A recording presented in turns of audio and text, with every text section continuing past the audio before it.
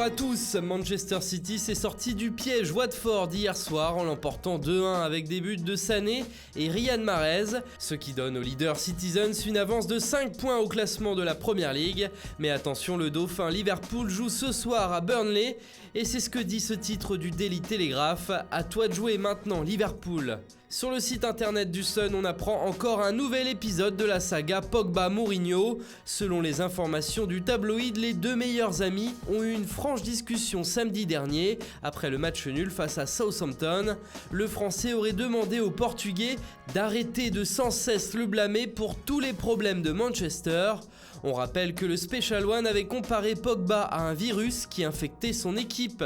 Et ce genre de petites phrases en conférence de presse, Mourinho en est le spécialiste. Il l'a prouvé encore une fois hier quand il a demandé à ses joueurs de tout donner pour le club.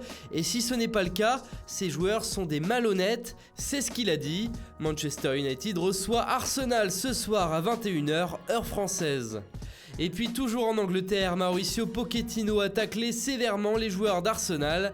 Dimanche dernier, les Gunners ont remporté le derby 4-2 face à Tottenham et pour célébrer cette victoire, ils ont posté une photo d'eux sur les réseaux sociaux.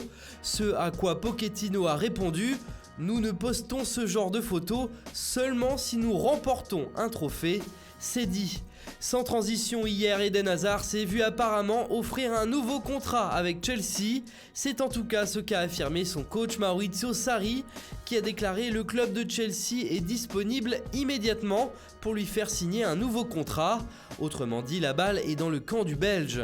En France, le journal L'Équipe fait sa une sur Edinson Cavani en évoquant un possible malaise. En effet, l'attaquant du Paris Saint-Germain serait agacé par la diminution de son temps de jeu et s'estimerait moins considéré que le duo Neymar-Mbappé. On peut dire que le mercato d'hiver ne fait que commencer. Et enfin, en Allemagne, Sport Bild rend hommage à Lucien Favre, leader de Bundesliga avec le Borussia Dortmund. Le club possède même déjà 7 points d'avance sur le deuxième. Et tout ça en écrivant ses tactiques sur des petits papiers, comme le montre cette une du média allemand, qui a donc décidé de décrypter ses plans de jeu dans son édition. Voilà, c'est tout pour ce matin. Bonne journée à tous et à très vite sur Foot Mercato.